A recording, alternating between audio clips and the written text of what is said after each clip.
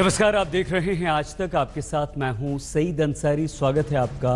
खबरदार, क्या समाजवादी पार्टी को अब बंटवारे से कोई नहीं बचा सकता? उत्तर प्रदेश में नए ट्विस्ट लेती राजनीति का आज हम सबसे पहले विश्लेषण करेंगे और आपको बताएंगे कि कैसे मुलायम सिंह यादव की 25 साल की राजनीतिक कमाई जब्त होने के कगार पर पहुंच चुकी है। मुलायम की चुनावी साइकिल पर असली अधिकार जताने आज अखिलेश यादव की टीम भी दिल्ली चुनाव आयोग पहुंच गई। चुनावी साइकिल के मालिकाना हक की लड़ाई के बीच मुलायम और अखिलेश के बीच पैचअप की एक आखिरी कोशिश भी आज हुई, लेकिन वो कोशिश भी फिलहाल फ्लॉप होती हुई दिख रही है।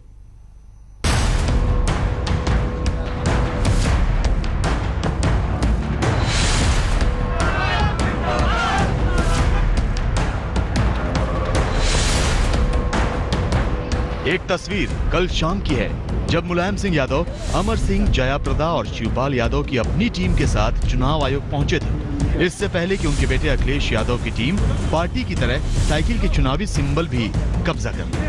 दूसरी तस्वीर आज सुबह की है, जब अखिलेश यादव की टीम ये कहने चुनाव आयोग पहुंच गई कि असली समाजवादी अब वही है। साइकिल की सीट पर बैठने के बाद अब साइकिल भी उनकी हो गई है। समाजवादी पार्टी के 90% MLA, MP, MLC और जनप्रतिनिधि समाजवादी पार्टी अखिलेश के साथ हैं। इसलिए अखिलेश यादव की जो नेतृत्व वाली पार्टी है वही समाजवादी पार्टी है। ये हमने मांग की है कि इसको माना जाए। हम लोगों ने अपनी बात रख दी है कि 90% MLA, MP, MLC और सभा अब जितने मेंबर डेलीगेट हम लोगों के साथ है हमारी असली पार्टी। हमने अपनी बात इलेक्शन कमीशन सामने रख दी। निर्णय इलेक्शन बिल्कुल बिल्कुल बिल्कुल। लखनऊ में समाजवादी पार्टी के अंदर कब्जे और कुर्सी की लड़ाई दिल्ली में चुनाव आयोग तक पहुंच गई, लेकिन ऐसा क्या हुआ कि आज सुबह ही मुलायम सिंह तुरंत दिल्ली से लखनऊ आ गए। इस राजनीतिक ड्रामे में एक और ट्विस्ट आ गया। कुछ डील हो जाने और लड़ाई का सीन बदल जाने की संभावनाएं फिर से दिखाई देने लगी। बताया गया कि आज अखिलेश और मुलायम की फोन पर बात हुई। आजम खान ने भी मुलायम को फोन किया था, जिसके बाद मुलायम दिल्ली से लखनऊ आ गए। शिवपाल यादव भी दिल्ली से लखनऊ के लिए रवाना हो गए। मुलायम के लखनऊ आते ही अखिलेश यादव उनसे मिलने पहुंचे। करीब 3 घंटे तक मुलायम के घर पर अखिलेश के साथ मीटिंग हुई। इसी मीटिंग के बीच में शिवपाल यादव भी मुलायम के घर पहुंच गए थे। अभी मुझे बैठक का पता नहीं, अगर बैठक में नेताजी बुलाएंगे तो जरूर जाएंगे। प्रोफेसर साहब ने कहा है कि साइकिल को 80,000 में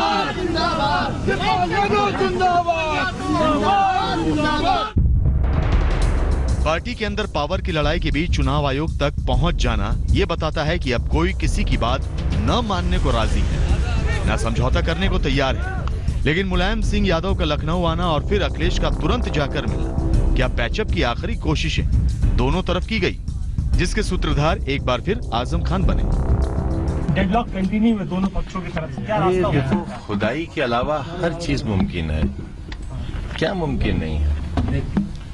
वो भी कहाँ लगता था मुमकिन होगा कि निष्कासन 24 घंटे से पहले वापस हो जाएगा, बाप और बेटे इस तरह मिल पाएंगे। कहाँ सोचा था किसी ने? वो भी संभव हुआ, तो सब कुछ संभव हो सकता है।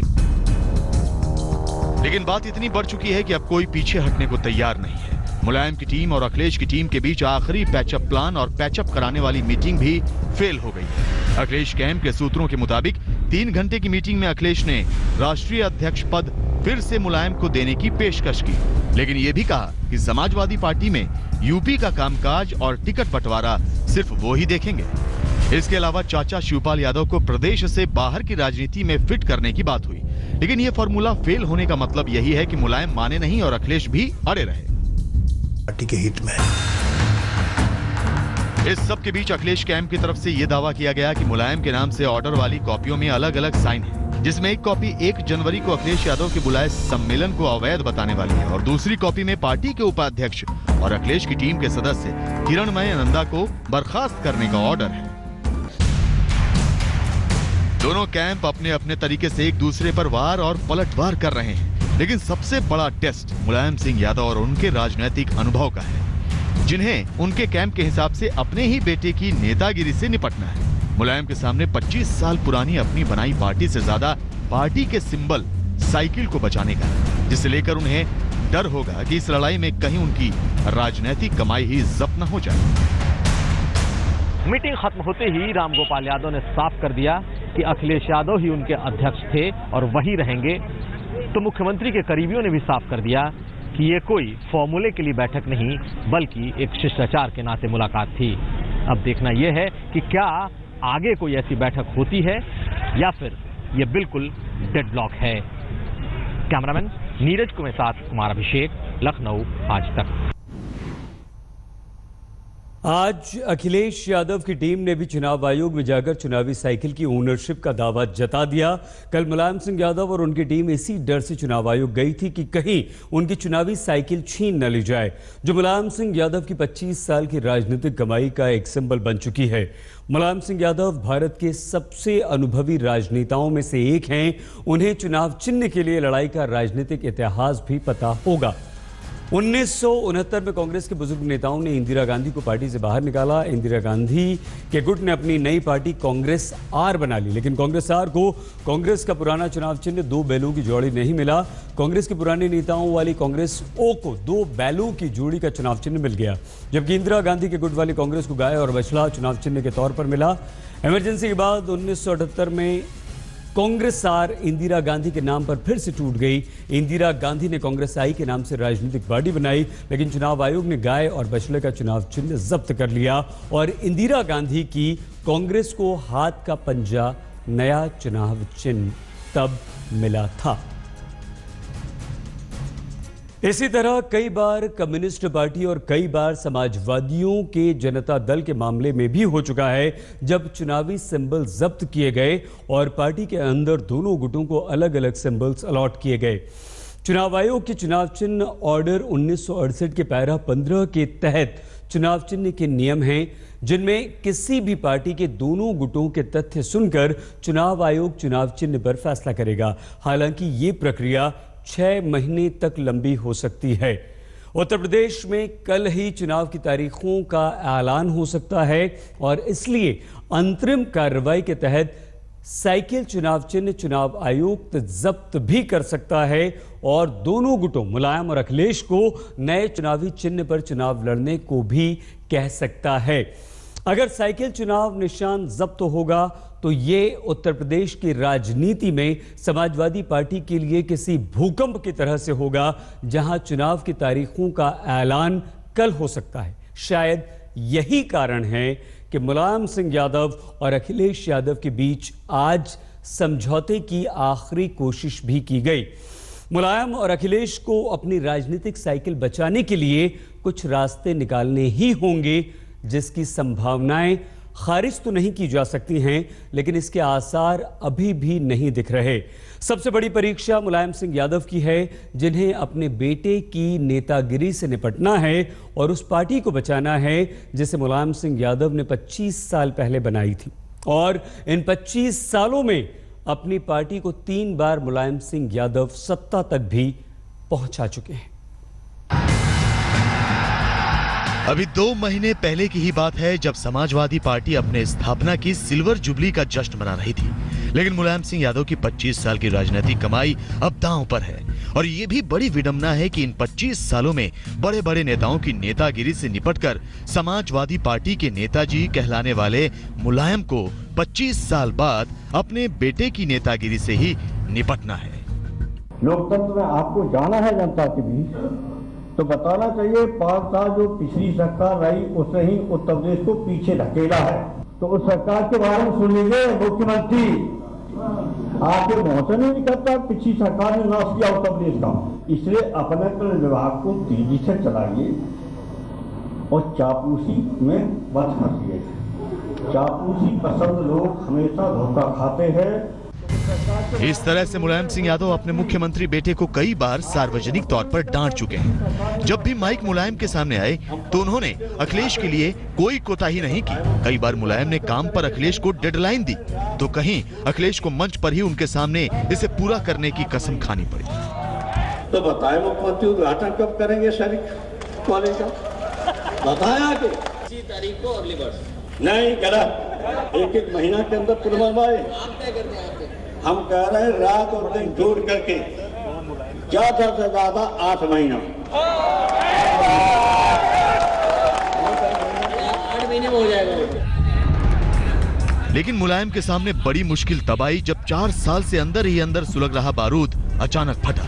शिवपाल और अखिलेश के बीच सीधी तनातनी की खबरें खुलकर सामने आने लगी। मुलायम ने शिवपाल का सार्वजनिक तौर पर पक्ष लिया और अखिलेश को शिवपाल की हैसियत समझा दी। अब एक आदमी प्रचार कर रहा बहुत, शिवपाल उसके पीछे पड़े हैं, उसके पीछे पार्टी पड़ी है। ये मामूली बात, अगर दे दिया साहब तो मैं तुम्हें समझा दो, हालत खराब हो जाएगी। इस लड़ाई के आखिर में वो वक्त भी आ गया जब अखिलेश यादव ने खुद मुलायम को अपना कद बता दिया। सबसे दिलचस्प बात यही है कि चाहे अखिलेश यादव हो या फिर शिवपाल यादव, दोनों कैंप आपस में लड़ रहे हैं और मुलायम की 25 साल की राजनीतिक कमाई के कब्जे और बंटवारे तक बात पहुंच गई, तो वो भी मुलायम का नाम लेकर ही हो रहा है। कुमार अभिषेक के साथ बालकृष्ण, लखनऊ, आज तक। नोटबंदी के दौरान रोज नए नए नियम लागू करने और पुराने नियमों को बदलने के लिए रिजर्व बैंक ऑफ इंडिया यानी आरबीआई को रिवर्स बैंक ऑफ इंडिया कहा जाने लगा है। अब आरबीआई ने एक बार फिर कुछ ऐसा ही किया। 8 नवंबर को नोटबंदी का ऐलान करते हुए प्रधानमंत्री नरेंद्र मोदी ने साफ साफ शब्दों में यह कहा था कि जो लोग 31 दिसंबर तक पुराने नोट नहीं बदलवा पाएंगे उन्हें एक और मौका मिलेगा। खुद आरबीआई ने भी नोटिस जारी करके ये कहा था कि 1 जनवरी से 31 मार्च तक आरबीआई के 5 सेंटर्स पर पुराने नोट एक्सचेंज या डिपॉजिट किए जा सकते हैं और ये सुविधा भी सिर्फ मुंबई, नई दिल्ली, चेन्नई, कोलकाता और नागपुर में आरबीआई के दफ्तर में उपलब्ध है। लेकिन अब आरबीआई ने अपने पुराने सर्कुलर को खारिज करते हुए नया सर्कुलर जारी किया है, जिसके अनुसार अनिवासी भारतीय यानी एनआरआई और वो भारतीय नागरिक जो 8 नवंबर से 30 दिसंबर के दौरान विदेश में थे, सिर्फ वही लोग ही रद्द किए गए पुराने नोटों को 31 मार्च तक आरबीआई के सेंटर्स में जमा करवा सकते हैं। और इस तरह से आरबीआई ने एक बार फिर से ये सिद्ध कर दिया है कि उसे रिवर्स बैंक ऑफ इंडिया की उपाधि यूं ही नहीं दी गई। लेकिन अब सवाल यह है कि जिन लोगों ने प्रधानमंत्री नरेंद्र मोदी के वादे पर भरोसा किया, उन लोगों के साथ तो आरबीआई ने धोखा कर दिया। आरबीआई के इसी धोखे का हमने दिल्ली, मुंबई, कोलकाता के आरबीआई दफ्तरों के बाहर से रियलिटी चेक किया है।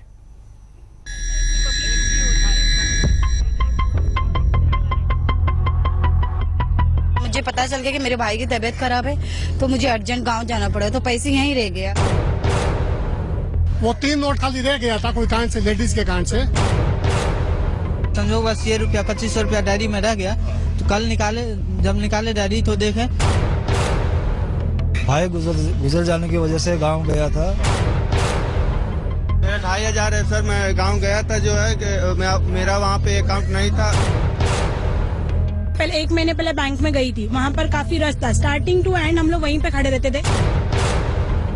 इन लोग का अकाउंट है ना, दोनों बच्चे का, तो उन लोग को कॉलेज से कैसे लाऊं मैं?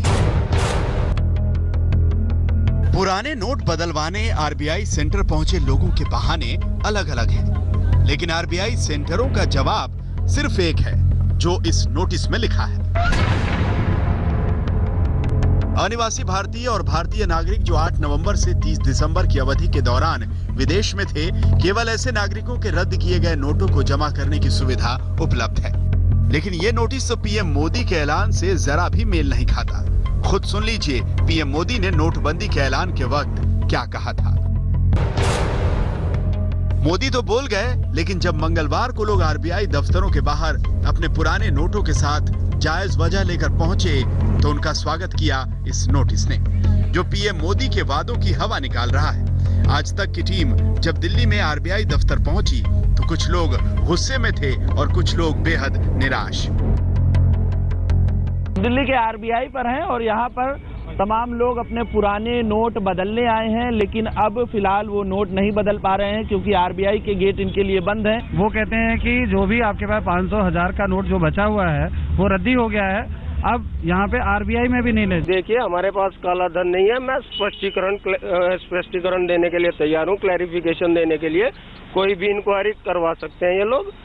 बाकी उन्होंने खुद कहा था, वादा किया था कि जनता को कोई परेशानी नहीं होने दी जाएगी।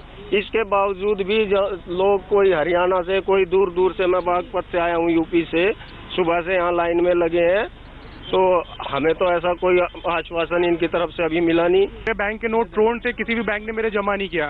इसके बाद मैं 31 तक मतलब हर बैंक में ट्राई किया, इवन जिसमें मेरा अकाउंट है कि 3000 रुपये जमा हो जाए, बट जमा नहीं हुआ। और आरबीआई ने, और जबकि आरबीआई का गाइडलाइन थी ये कि 31 दिसंबर के बाद आरबीआई में जमा हो जाएगा रेसिडेंट ऑफ इंडियन, लेकिन अब यू टर्न हो गया, पता नहीं कैसे। मैं सर जिस टाइम बदल रहे थे नोट, जब भी मैं 2 बार आया तो उन्होंने खुद मेरे से बोला कि ये कटे हुए नोट जो है जनवरी में आप आना, आपको जब भी बदल जाएगा। दिल्ली की तरह मुंबई में भी आरबीआई दफ्तर के बाहर पुराने नोट बदलवाने आए लोगों की भीड़ जुटी है और बाहर दिल्ली वाला नोटिस चिपका है। दिक्कत परेशानी कोई भी हो, आरबीआई के पास सिर्फ एक ही जवाब है, आम आदमी अपने पुराने नोटों को कूड़ा माने। इस वक्त कई ऐसे लोग हैं जिनके अब भी पुराने नोट एक्सचेंज नहीं हुए हैं, आरबीआई के दरवाजे पे खड़े हैं, लेकिन आरबीआई ने दरवाजा बंद कर दिया है। बस दरवाजा उनके लिए खुला है जो एनआरआईज है और जो विदेश अगर गए हो तो वही यहाँ आके अपने नोट एक्सचेंज कर सकते हैं। वो हम लोग ने लेकिन न्यूज सुना था कि मतलब जरूरत नहीं है परेशान होने की लोगों को। 31 मार्च तक का आपका नोट, अगर आपके बैंक का लिमिट खत्म होता है तो आपको आरबीआई एक्सचेंज करके मिल जाएगा नोट।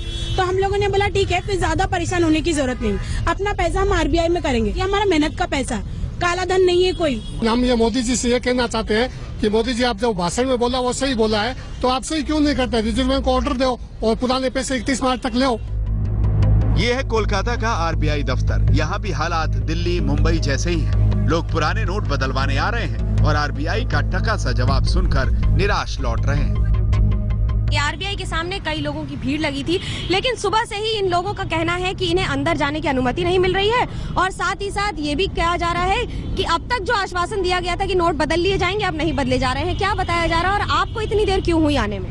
एक्चुअली मैम मुझे टाइम नहीं मिला, मेरा ऑफिस रहता है ना, इसलिए। तो मम्मी ने अचानक ढूंढ के निकाला, तो ठीक है, मम्मी को मैंने बताया ठीक है मैं ऑफिस में बॉस के बोल के मैं एक दिन चले आऊंगा। मुझे यहाँ पर आके पता चला कि आज से ओल्ड करेंसी नहीं हो रहा है। मैं देख रहा हूँ यहाँ चेंज नहीं हो रहा है नोट्स। मैंने हॉस्पिटल में ट्रीटमेंट चला, मैं बाहर भी गया था, वेलोर गया, ट्रीटमेंट हो रहा है, उसके लिए मेरा रखा हुआ था, अभी तक चेंज हुआ नहीं, बहुत प्रॉब्लम फेस हो रहा है। 500 के 5 नोट लेके आए कि मतलब मोदी जी ने कहा कि 30 दिसंबर के बाद से जनवरी से लेकर मार्च तक आरबीआई में एक्सचेंज हो गए। 5 नोट 500 के लेके आए, लेकिन ये कह रहे हैं कि 10 से 100 के नोट एक्सचेंज हो गए, बाकी 500 1000 के नहीं होंगे। तो मोदी जी की बात माने कि आरबीआई की बात माने? नोटबंदी के दौरान रोज रोज नियम बदलने के लिए बदनामी झेलने वाले आरबीआई ने एक बार फिर नियम बदल कर जता दिया कि उसे रिवर्स बैंक ऑफ इंडिया की उपाधि क्यों मिली है। लेकिन इन लोगों को क्या कहा जाए जो पीएम मोदी की बातों पर भरोसा करके पछता रहे हैं। उन्होंने कहा था कि 2005 से पहले वाले नोट या अगर कोई थोड़ा सा फटा हुआ है नोट वो 30 दिसंबर के बाद लेंगे, और अब ये कह रहे हैं कोई ऐसा नोटिस कोई हमारे को मालूम नहीं है कि आपको अलाउ कर सकते हैं नहीं कर सकते। ये क्यों धोखा दे रहे हैं हमको? हम ये जानना चाहते हैं आपके माध्यम से जी, ये बात मोदी जी तक जाए और वो बताएं इसका क्या मतलब समाधान होगा। 2 बार आ रहा हूँ, 2 दिन आ रहा हूँ, 2 दिन से परेशान हो रहा हूँ, पैसे नहीं बदले जा रहे मेरे। मैं इसलिए नहीं आई, एक तो मेरे लड़के का हाथ टूट गया था, उसका ऑपरेशन हुआ था, फिर मैंने सोचा यहाँ भीड़ है, आराम से 31 मार्च तक का टाइम है, 2 ही नोट थे, मैं बाद में एक्सचेंज कर लूंगी। इस चक्कर में मैं नहीं आई, आज आई हूँ तो आप कह रहे हैं कि आपके नोट बदले ही नहीं जाएंगे। इस बात से खुद प्रधानमंत्री नरेंद्र मोदी भी इनकार नहीं कर सकते कि उन्होंने कहा था जो लोग 30 दिसंबर तक पुराने नोट बैंक्स में जमा नहीं करवा पाएंगे, वो वजह बताने वाला हलफनामा देकर आरबीआई के सेंटर्स में पुराने नोट जमा करवा सकते हैं।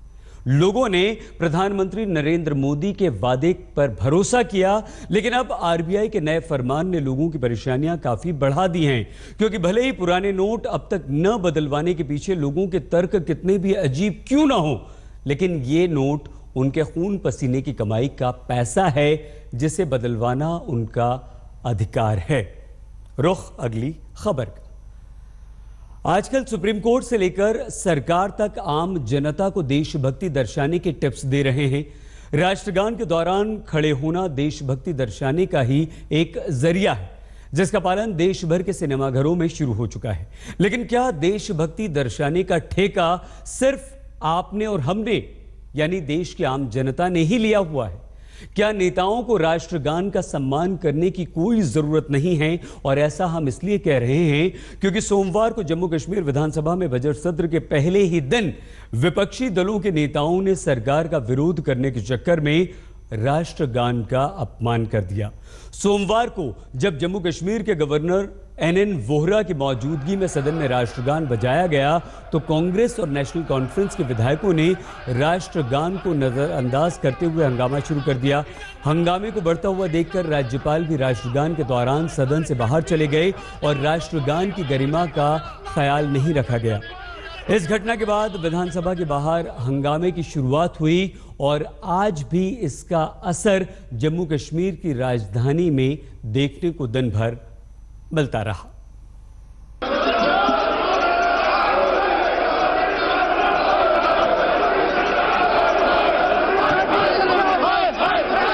ये जम्मू कश्मीर विधानसभा का नजारा है। जब सोमवार को सत्र शुरू होते ही विपक्षी पार्टी नेशनल कॉन्फ्रेंस और कांग्रेस के विधायकों ने सरकार विरोधी नारेबाजी शुरू कर दी। जम्मू कश्मीर के राज्यपाल NN वोहरा जब असेंबली को संबोधित कर रहे थे तो विपक्षी दलों के नेता अपने डेस्क पर चढ़ गए और तख्तियां लहराकर हंगामा करने लगे।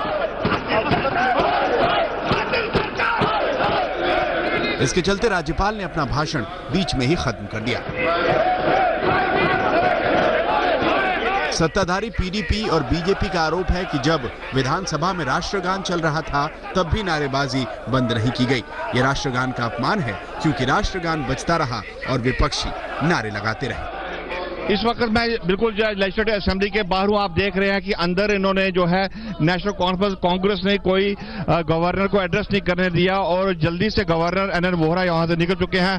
आप देख रहे हैं कि नेशनल कॉन्फ्रेंस कांग्रेस ये सब एक यूनाइटेड फ्रंट बनाया है जिसमें से सब लोग हैं और वो कहते हैं कि कातिल सरकार है और इन्होंने जो है PSA लगाए हैं, लोगों को बंद करके रखा हुआ है। इसलिए लगातार ये जो प्रोटेस्ट कर रहे हैं इनको असेंबली जो है उनकी मांग है कि सबसे पहले पब्लिक सेफ्टी एक्ट और जो लोग जो मारे गए उनको कंपनसेशन दिया जाएगा। ये हमने पहले ही कहा था, नेशनल कॉन्फ्रेंस और कांग्रेस ने जो 5-5.5 महीने तबाही और बर्बादी कश्मीर में बिलखुसूस हुई, आज उस सारे हिसाब किताब आज इन सारी चीजों का हिसाब किताब दे रहा है सरकार को। 1000 लोगों से ज्यादा को चोट पहुंचाया, उसका हिसाब दे। ये सरकार कातिल सरकार है, ये सरकार जुमला सरकार है, ये सरकार पैलेट सरकार है।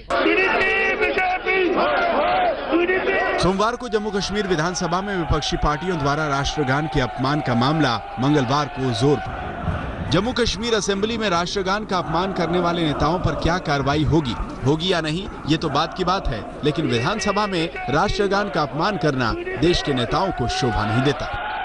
देखिए, पहली बात ये है कि ये एक मामला ऐसा है कि जो अपोजिशन पार्टीज हैं जिसमें एक नेशनल पार्टी है और एक पार्टी ऐसी है जो सरकार में थी और सरकार चलाया जम्मू कश्मीर की, और ये शोभा नहीं देता है कि वो लोग इतने ही अपने प्रोटेस्ट और अपने डेमोन्स्ट्रेशन में लग जाएं कि भूल भी जाए कि नेशनल एंथम चल रहा था। पॉलिटिक्स करने की बात ठीक है, पर पॉलिटिक्स किसी इतने हद तक ना चले जाए कि आपके इर्द गिर्द क्या हो रहा है उसे भी नजरअंदाज कर दे। और खासकर विपक्षी दलों का यह अधिकार होता है कि वो सरकार की नीतियों की आलोचना करें, लेकिन आलोचना करने के चक्कर में राष्ट्रगान का अपमान करना कोई अच्छी बात नहीं। अश्विनी कुमार, श्रीनगर, आज तक।